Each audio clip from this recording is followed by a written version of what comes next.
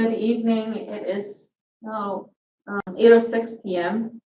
And this Finance Committee meeting is called to order. All three members of the Finance Committee are present, Mr. Clement, Mr. Taylor, and myself. The first item on our agenda is addressing an invoice from GameTime Pool for pool shades.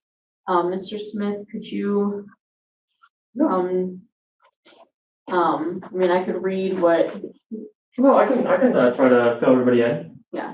Yeah, good evening. So, one of the things that came across my desk since coming into the office was a question about, it really started as a question, what fund are we using to pay for the pool shades?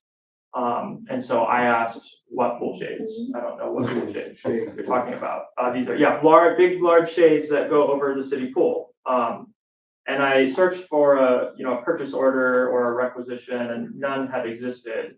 I did check to see if they were a registered vendor, which they are. But somewhere along the process, there was some breakdown, and these were shipped to us, but we never entered into a formal purchase order agreement per the city's requisition process. And it's not a small amount, it's $45,000. Including installation, right? That's including everything, yeah. So that's including installation, the shades themselves, the freight. They have already been delivered. They're sitting on our property, not installed, fully packaged. And so I learned about this and I said, don't do anything, and brought it to council, in part because, well, I think that there's some discretion that the auditor has on matters like this. I'm new, and so I wasn't really itching to make a $45,000 discretion. But I was also told that it would be a ding on the audit because it has to be a then and now. And any then and now purchase or payment approval over $5,000, the state auditors look at. And so it would definitely be a ding on the audit.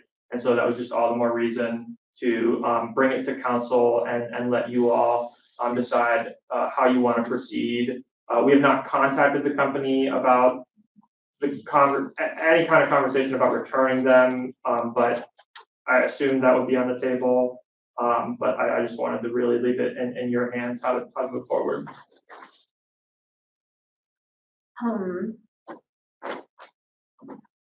So if it does make sense. What? Sorry. Well, this is on me because I discussed it with Leslie Yinger, and we decided to take it out of the Betty Johnson fund. Mm-hmm. I did not have a purchase order filled out. So this is on me. It's not that it wasn't discussed. It's not that it wasn't decided. It's under the $75,000 threshold, but it is, and I didn't know this until he brought it up to me. It is, what do you call it, then and now? It would be, that's whenever basically the invoice date precedes the purchase order date. Right. Yeah, and I mean, it did seem like everybody was kind of on the same page. The service director, the former auditor, the city manager, all were thinking, yes, we're going to make this purchase. Yes, it's going to be on the Betty Johnson fund. But I think wires got crossed in the actual process, and so that's why we're here. So I'll accept responsibility. So the process is we didn't fill out a PO prior to the order. Right. Okay. Mm-hmm. Okay. But it sounds like there was discussion amongst the city administration. This was an intended purchase. It's not like somebody just shipped us something and is now demanding payment for it. So I think if council is amenable to paying for the equipment and installation and whatnot out of the Betty Johnson fund, then I think then and now would be appropriate. So I have a question. So if we pay for it, are they going to come and install them? It's the season's already over, or will they come and install it in the spring? Is the other question. That's a good question. I don't know what I think I wouldn't want to install it until the spring, just why expose it to more weathering? Yeah. So I don't think there's, I mean, maybe somebody has a good reason why there's urgency there. There is an option where we install it, but that has its own risks, of course, so. Well, the reason we just talked about this, the reason I decided to have them install it is that it normally would have gone up during the summer season, when our guys are the busiest. Plus, they don't have an expertise, there's a learning curve in installing them, so, it seemed like a reasonable cost, but we certainly can call them and see if they could put it off the next spring, but I don't think they're gonna want to wait to be paid until next spring. Yeah, especially not like when it comes to the equipment that we've already received. Right. Yeah.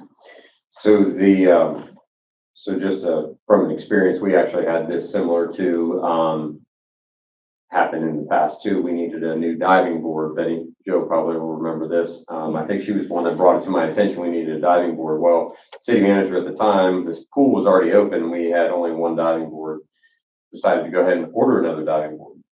This, I'm guessing, being such a specialty item, probably very similar to a diving board. They don't actually start manufacturing that diving board until it's ordered. So it was a 6-week period till we ended up getting the diving board when the pool was getting ready to close. So I think that those are just things, just for foresight in the future. We're gonna have to plan ahead probably a little bit more on those things. And just take that into account, because some of those specialty items, they don't start manufacturing them until you place your order, and then they put them together and ship them to you. So, but just a food for thought. But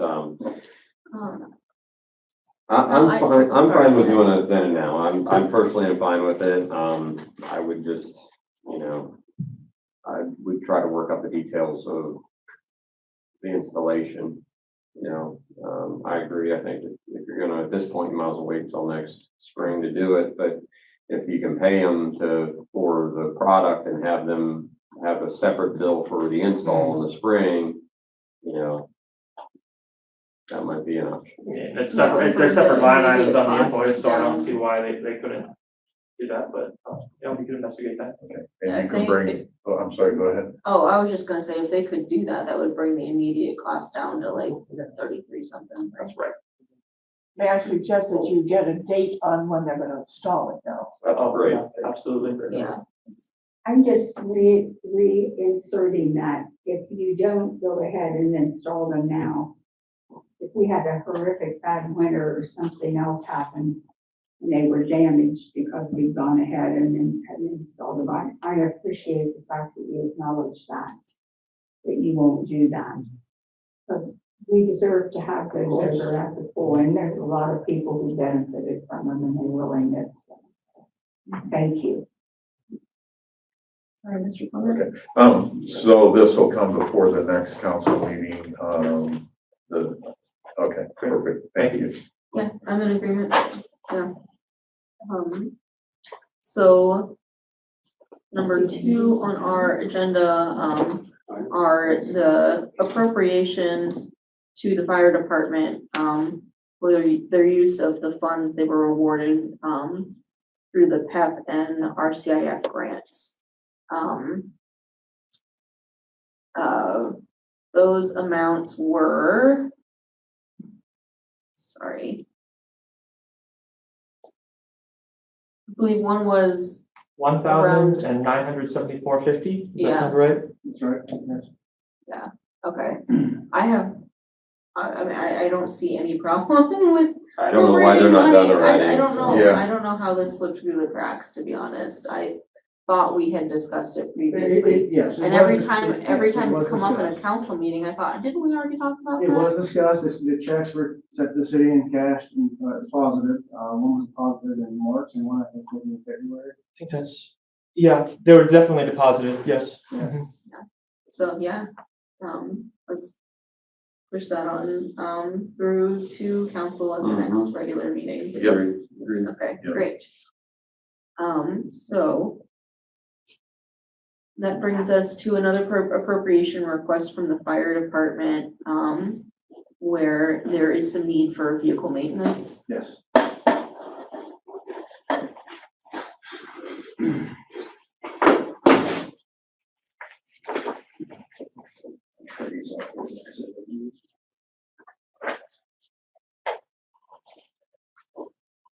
Thank you. So the 2025 budget for vehicle maintenance, was actually cut from the 2024 amounts. 2024, we were allocated only $15,000 for vehicle maintenance for the year. It was cut to $12,000 a year for 2025. Here's, the problem with that. I'm gonna read what I typed up and then we can go over a couple of figures. So the maintenance of emergency apparatus is critical to ensuring the safety of both the public and the responders.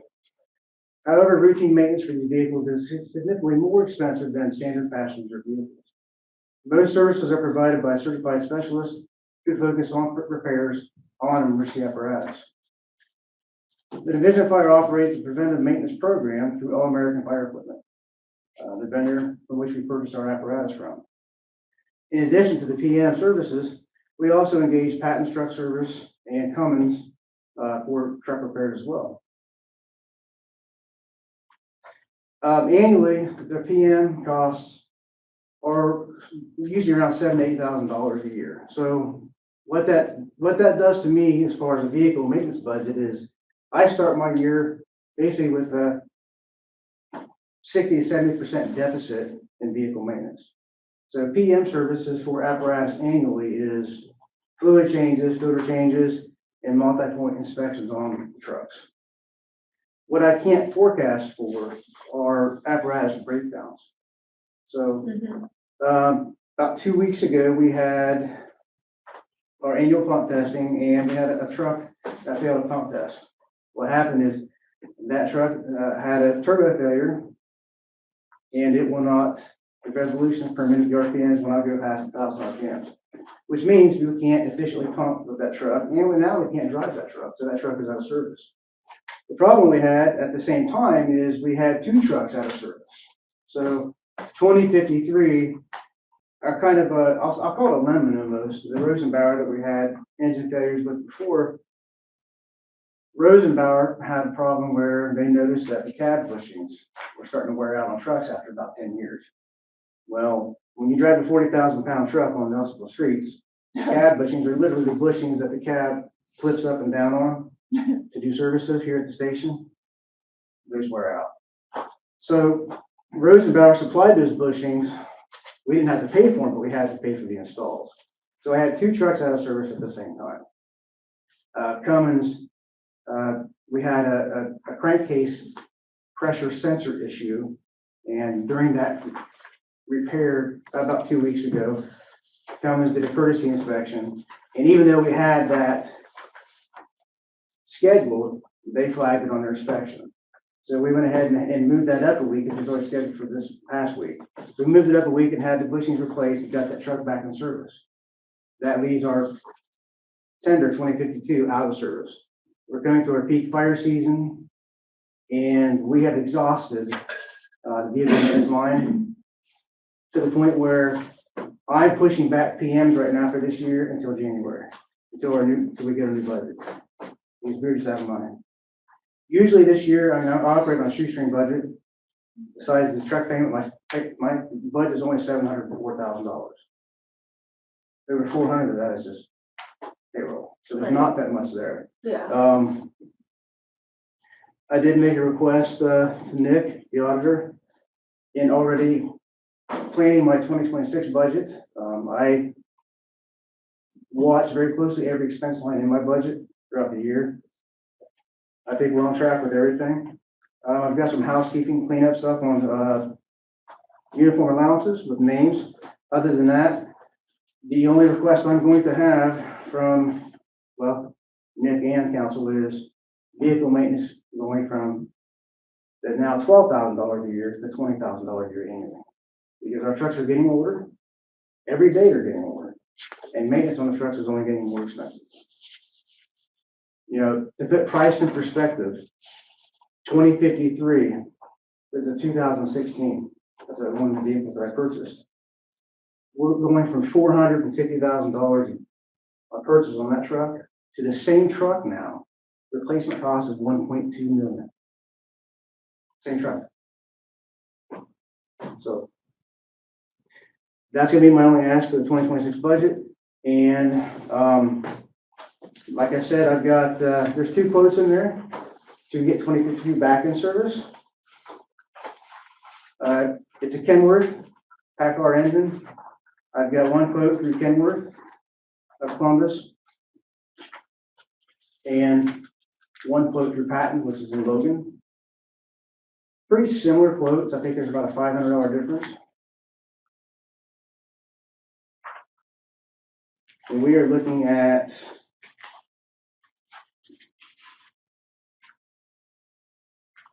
I've got it in here. So basically, we're looking at 2045. I had added up. I must have stuck in numbers of the page. We're looking at a little over $10,000. It's almost $11,000 just to get maintenance done. We're looking at $7,500 to $7,900 on the 2 quotes just to replace the turbo on that truck, just to get that truck back in service. How old is that truck? 2007. 2007. So I know it's been discussed before, vehicle replacement. Could you give an update on that for projections in the 26 budget? Yeah, actually, well, I can actually get one together for you because I tried to pitch that a few times and it honestly, I hate to say it, but not you guys, but it fell on deaf ears. So I can totally get a replacement plan on paper. Yeah, I know it's been discussed before. I think it's, you have a truck that's approaching 20 years old. Right. Yeah. So the goal, the plan is when our ladder truck reaches an age of 30 years old, the plan is I will go after federal funding through a FEMA grant to replace that apparatus. Doesn't mean we'll get it, but FEMA will not even look at replacing the apparatus until it reaches 30 years of age. So we're approaching that pretty quickly. So if I'm calling this correctly, the new agreement with surrounding communities is the box call out program? Is that, or what's that called, mutual aid? It's not new, it's, but No. we have a box alarm system, so. Yeah. So does that extend the, if I phrase this right, does that extend the life of a truck that we have? We can use it longer with the mutual agreement that we No, have? actually, if anything else, it puts more miles on our trucks. Okay. Because now every time a neighboring fire department gets sent up for a structure fire or smoke on a structure, we're automatically responding. But what that does is it boosts the ISO rate. It helps that ISO number for all those different municipalities or villages. So the departments that have ISO audits, they have more apparatus and more staffing coming to those fires. So there's benefits to the program, but it does put more miles on the trucks. Okay. I don't want to take up a lot of time getting too far off discussion, but okay. I'm having a hard time following the numbers here. Is this, so this invoice from All American, oh, that's where it has the total So amount. I was looking at I think the, it's the All American one is what, 2045? yeah, 33. so you're looking at, And so- honestly, do you have any reservations about going to patents for 2052 over, I don't, do I, so I think there's caveats to both. Do I think we've never had any problems with patents, truck service. Do I think that maybe, Zanesville, or I'm sorry, Kenworth might do a better job working on a Kenworth apparatus? Maybe. But we're talking the difference between getting that truck, which possibly may have to be towed to either Patton's or Columbus.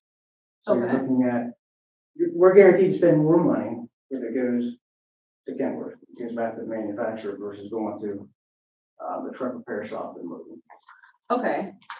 And then, so if I look at the balance on the estimate for patents, Mhm. $7,474.53, and then the amount due on the invoice from All American Fire Equipment, $2,845.33. That comes out to $10,319.86. Is that what you're asking for us to appropriate? Yeah, and that's just to get these trucks, but that's just to get back in service.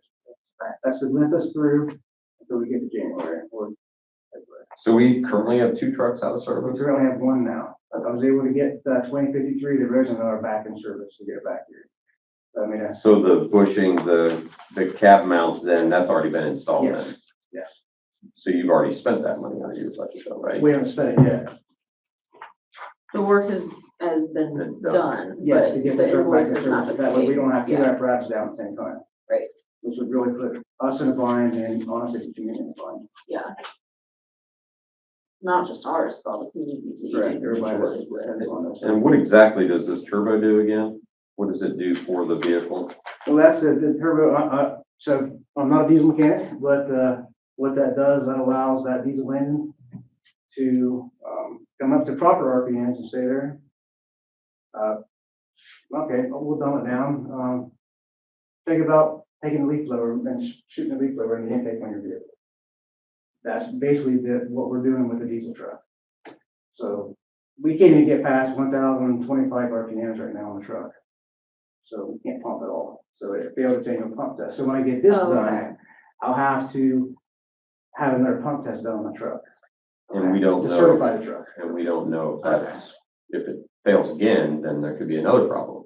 right? Well, And then this- are we getting to a point where it's a money pit here? The estimate is, of course, they don't have the truck on their pad. It's here with us. Taking the piping off of the turbo and listening to it, we determined that the turbo was bad. We don't think there's anything else wrong, but we don't know. We won't know until they replace that. It's not likely that there's anything else going on with the truck. But it's where we are. Can they check On the this- failure independently without the turbo being active? I took the tube off, the intake off, the cover, and the impeller looks good, but it's chirping and grinding, so it's.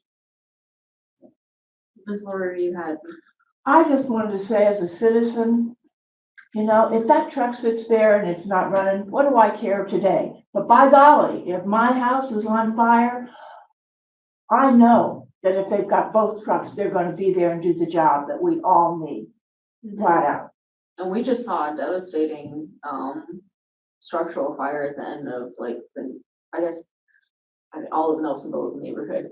To me, but the end of my end of town, there was that fire that you guys had a heck of a time, putting out because it kept reigniting, having all available resources at the ready is imperative. So, and we're running into structure fire season as well, so that's why.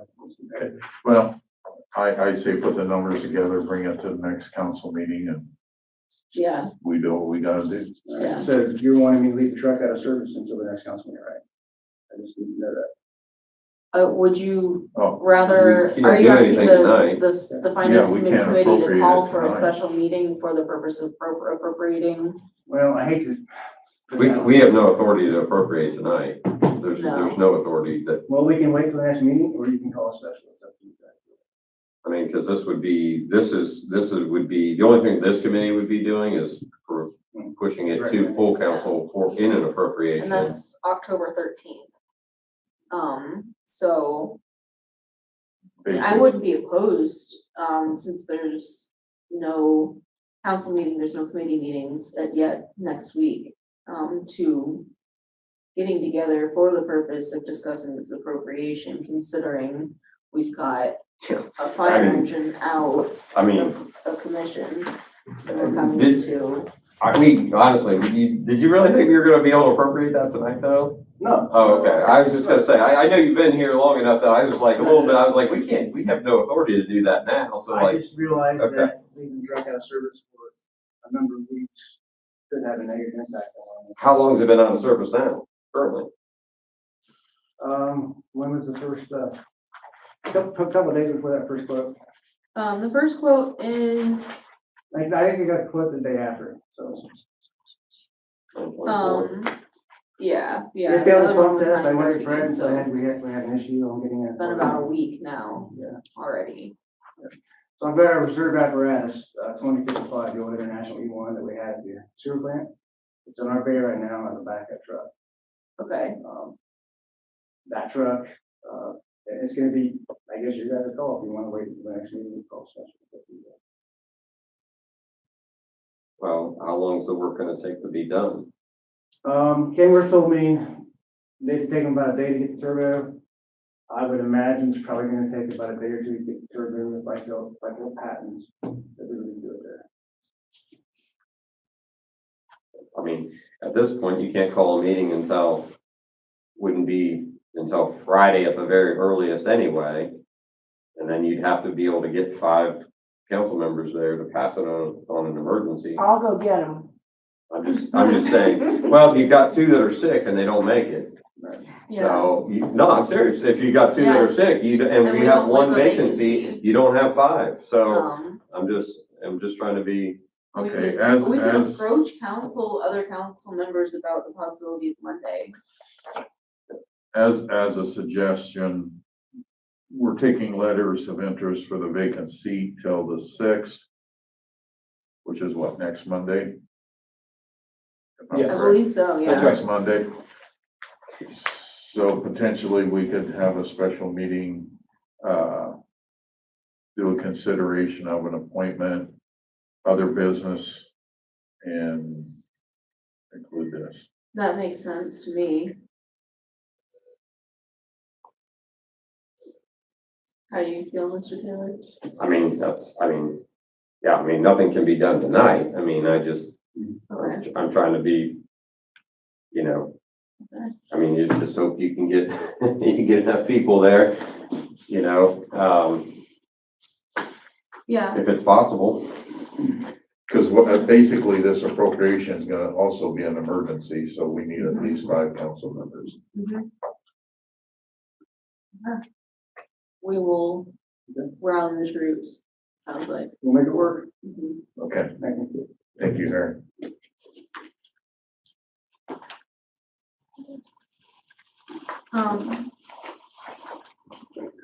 The next item on our agenda is reviewing draft budgets for city under charter and statute. Do you have your projections?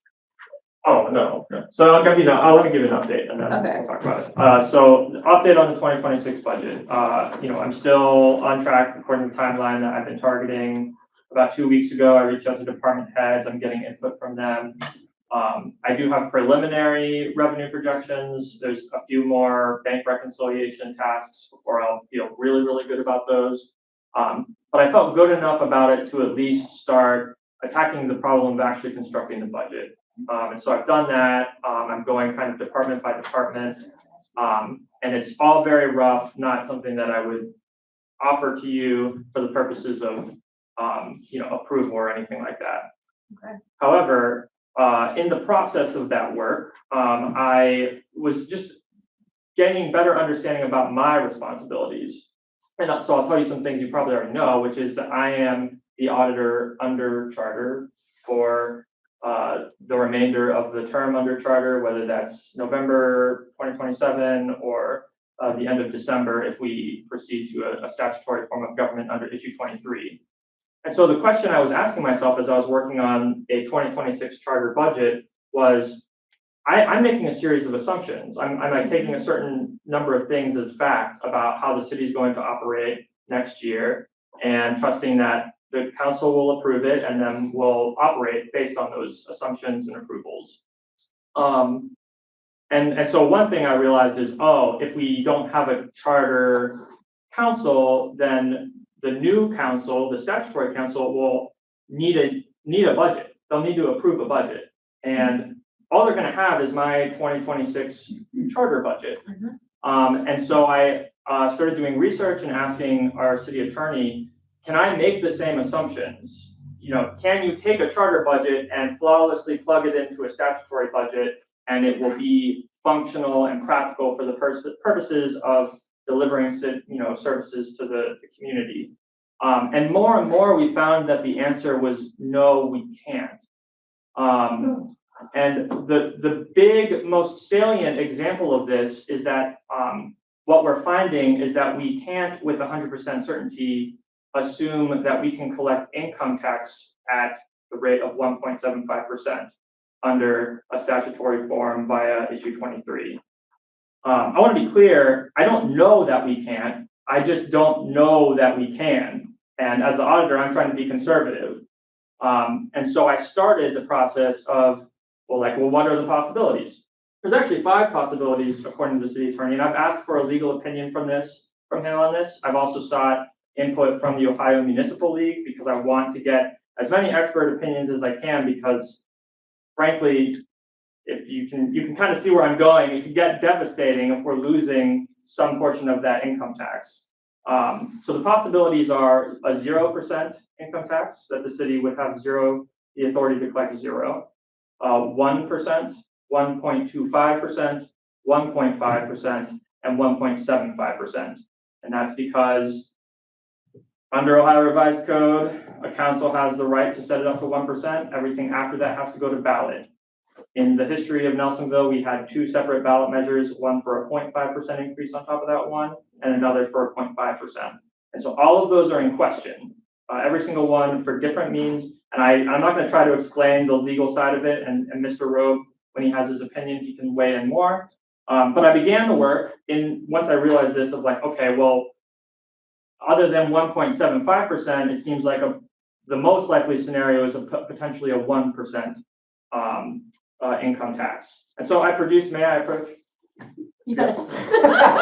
No. And so I produced a document here, which is a very rough, Man, a we're very, writing this down for-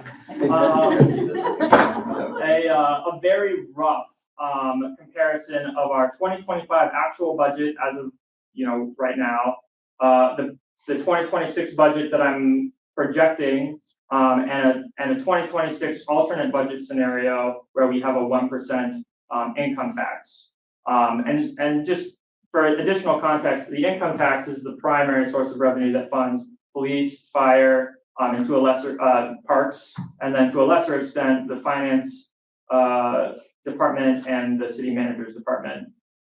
And so going down to a 1% income tax is a devastating situation for the city, both in terms of our ability to keep the same people employed that we currently employ, to deliver services, and to avoid insolvency. It amounts to, so for the police, for example, I'm projecting roughly a total budget of about 1.45 million under the charter in 2026. In this alternative scenario, currently I have them down to 938,000, and I still need to cut more. And how did I get to those cuts? I actually reduced the police department's workforce by 5 officers, and I slashed virtually every other line that I could think of, and I'm still not far enough. I did the same exercise with fire, where I needed to reduce the fire department workforce by the equivalent of 1 full-time firefighter, 5 part-time firefighters, and other cuts. Still not where I need to be, because when you add these all up, we have combined expenses projected in 2026 of 1.5 million between these 2 departments, but we're only taking in revenues just shy of 1.2 million. So $300 million needed in cuts. 145,000. And 45,000, and that's not even accounting for the fact that I haven't even touched finance, city manager's office, or parks. And so it's a very difficult situation. I'm trying to understand it. I don't know what the level of risk is in terms of a percentage chance. I can't say if it's 5% or 20% or 30%. I've been told by our city attorney and by everyone that I can find who has any amount of authority on this, that it is a real risk. And in my opinion, the consequences are intolerable. And so I kind of think I'm here in part to just inform the public, and also to operate, because one of my responsibilities is to operate as the financial advisor to council. And as a financial advisor, I urge council to avoid any scenario where we lose 0.75% percentage points on our income tax revenue. And I think it's pretty obvious why. Yeah, I mean, especially given that these budgets have already seen cuts over the past few years. And so we're running on to the end of 2025 and line items are running out of funding. How this is a lot to I know it's wrap impossible. my mind about. I understand reducing the workforce as a matter of necessity, and reducing activities of the departments to like control all these other costs of vehicle maintenance that we had to discuss, fuel that we had to discuss, where budgets were exhausted before the year had run out. But that's, I don't think that reducing the police workforce is, a reasonable idea, given the conversation that we had at the last finance committee meeting with Chief Tolliver, where he said that the staffing is basically where it should be for the needs of the community. And I assume, Mr. Chief Barber, you would probably say around the same thing about the fire department. No, we're definitely understaffed for national standards, but we're not in a position that we're gonna ask for more staffing right now, either. Okay. Yeah, so there's so many different possible variations that I've already kind of laid out here. You know, in the event that we have 1% income tax, you know, we would, you know, the city would need to take, you know, basically if early January comes around, we try to collect that 1.75, somebody sues because of the various legal rationales that might preclude us from having that authority. A judge agrees with them, we have to drop it down to whatever rate, and then we have to go back to the ballot. And so it's at the earliest, if the voters, you know, are kind, I guess, that it's a 6 month window, and we can't balance, like we can't budget. We are obligated. The county budget commission will throw it back at us if we say, oh, we're just crossing our fingers that the voters will Approve this bless as a us, you know, in primary, 6 right. months. So, so it's a very dangerous situation, and in my view, it's an intolerable risk to put the city, to subject the city to. I don't know how to avoid it. I mean, right now it seems that the law is pointed towards continuing as a charter, but these things are fluid. So quick question, Yeah. and these, you're factoring in the current bargaining contracts in these, right? So Okay. these are 4%, like, you know, these are 4% increases on salary and the related lines. And then I cut down from there. Mhm. And we're still just so far, I mean, yeah. And lastly, I mean, my obligation is just to create a 2026 charter draft, but or budget, I mean, but I didn't want, if the city does come to this terrible situation, for there to be absolutely no roadmap whatsoever to begin handling that, like after the year has already begun. And so I'm doing this work both as a way to demonstrate what's at stake, but also to provide hopefully a means of, I don't know, triaging the problem if it comes to pass.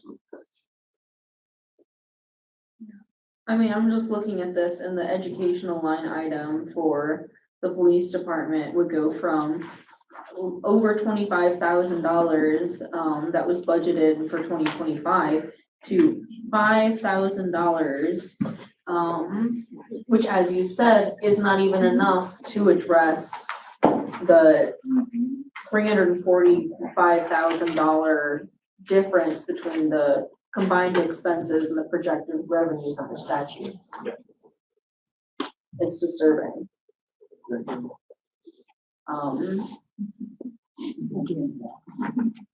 my only formal suggestion was, and I don't know who has the authority to request it or if such an authority exists, would be to, I don't know if the ad hoc committee is even still constituted or not, but I don't know how closely they've looked at this particular issue. I'm not sure what can be done about it, but, they would be people that should be looking at this as well, I'd say.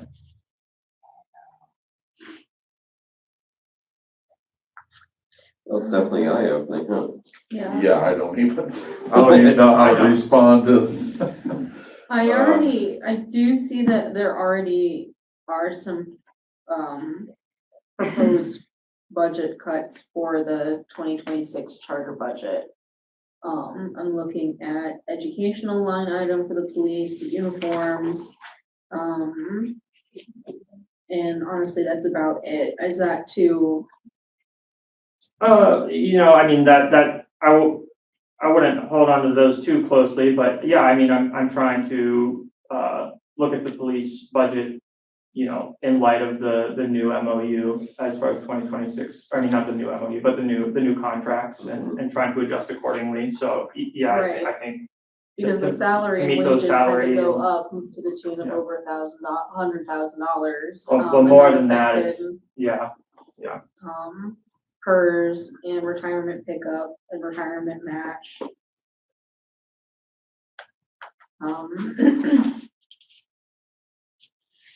yeah, and I want to just reiterate, I welcome more knowledgeable people knowledge of the law and municipal government to look at this issue and tell me that I'm wrong.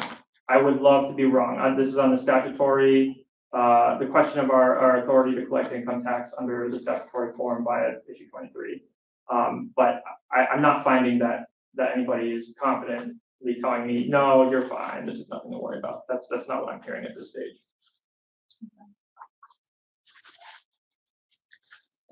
Yep, well, I appreciate you for bringing this to our attention. If you could, just continue, as you look at the other departments within the city, just continue to do your best in terms of imagining what it would look like, if we were following Ohio statutes, rather than the city charter. But yeah, from what I'm seeing, in terms of the 2026 charter budget is just that, staffing costs are going to go up to reflect the collective bargaining agreement that started last year. And then perhaps consequently, some other smaller line items, might need to be adjusted in the other direction. Which worries me that we're going to be here again next year, making appropriations for exhausted budget line items. Your only other option is really then to make staff cuts. You'll have to adjust the staffing ordinance, you'll have to lay off some people, because that's the only way that you'd be able to meet 340, that's just 2 departments. Oh, I'm just talking So- about even 2026 under the charter. That's what I'm saying. Oh, okay. But That Yeah, and that number is strictly related to the Oh, just to that one, okay. Yes, Okay. yeah, so less alarm than on that. Okay, Yeah. so that's good, because I was gonna, the only way you're meeting that is No, by that's staff. strictly That's in not the what we're alternative looking scenario. at realistically unless. Well, I'm just saying, that's the only way you would be able to do it, because a lot of the other ancillary numbers are negligible, like it's Right, labor and benefits is your largest expense in every department. So that's Right. gonna be the only way that you would be able to really meet a downfall that substantial, unfortunately. It's just the way that it would have to be. have you discussed this with any of the department heads?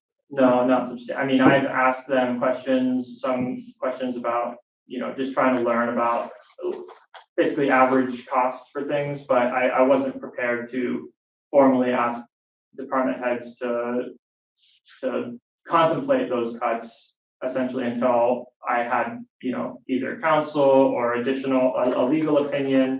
I'm trying to kind of raise the alarm in tiers, right? Like I want to just introduce the problem area and see if other people see what is being seen, and if there's a lot of concurrence, then we'll go to the next, which is, okay, department heads, prepare for this, like, you know, I mean, I've got them started, but like, what does that mean for them in terms of their ability to, you know, carry out their operations, like their mission critical stuff, et cetera. And so, Okay. that's my approach right now. But you probably have brought the 2026 charter projections to. No projections. At least Oh, yeah. No, I asked for, the draft. I sent, all the department heads a form that I created where I gave them their 2025 budget and I asked them questions about what worked and what didn't and just gave them opportunity to provide input. Okay, So that's the first stage. and this is the 2026 charter budget draft column is based on that input that you've received? Mhm. Okay, Yeah, and I've given department heads until Friday to respond to that before I start just moving forward, you know, without, you know, at least that initial round of feedback. okay, yeah. Yeah. Do you guys have any other questions about the, or thoughts I about the don't, budget? and I want to make the chair aware of that. We have Yeah. about 7 minutes. Yep. Because we have to start at 9. So our last, like, thank you, let's continue to look at this. Can I just make one comment about the budget? Not to be Debbie Downer on any of it. I'm just saying, like, if it gets push comes to shove, if there's no way to make that shortfall in a scenario like that, unfortunately, that's just the easiest way to cut it, unfortunately, is a staff. Not easiest meaning let go of somebody, but monetary wise. Yeah. But it also the doesn't more- take into The most account. difference that you'd be able to make in the budget is by adjusting staff. Correct. Yeah. But the other thing is too, which no one's really talked about, or we don't talk about often because we don't, you know, we're focused on it, and certainly people don't think about it, is if we're doing some of the stuff we have in play now that we're working towards now. If there's more businesses put into the city of Nelsonville, there's more businesses coming into town, there's more revenue coming into town. So we haven't even talked about the revenue side of it. There's a slight projection, but it's not a lot of money as far as an increase in revenue. So I'm just saying that if people see pay increases, or if new folks move to town, that's new tax revenue coming into town. If there's new businesses in town, I'm just saying there's positive side too that we could be looking at as a whole here. But again, that takes a community to be working towards that goal. We should be, if you have friends and family that own a business in town, you should be encouraging people to go spend money there. So I'm just saying it helps everybody out. So. Yeah, that's fair. Sorry to take it. It's okay. You're fine. We've got about 5 minutes to continue our discussion of the appropriation to adjust the police department salary budget shortfall. Mr. Smith, are we still looking at about $118,000? Yeah, so the projected shortfall is Fully address that. 103,000, and then, you know, the practice ranges between a 5 and 10% buffer, because you don't know the future, it's 4 months of time. You know, what I read was that because there's overtime risk, you would err on the high end, so that's the 15% buffer to bring it up to 118,000. Okay, I mean, after the long discussion that we had about this and having narrowed it down to a number that covers not only the salary shortfalls, but potential overtime and, how it would impact what we're paying, in terms of, premiums on benefits and things like that. I'm ready to bring it to, full council discussion if you both are. I am, absolutely. Alrighty, well, thank you very much. Thank you, Mr. Smith. Thank you, Mr. Barber. And, the Finance Committee meeting is adjourned at 8:55 p.m.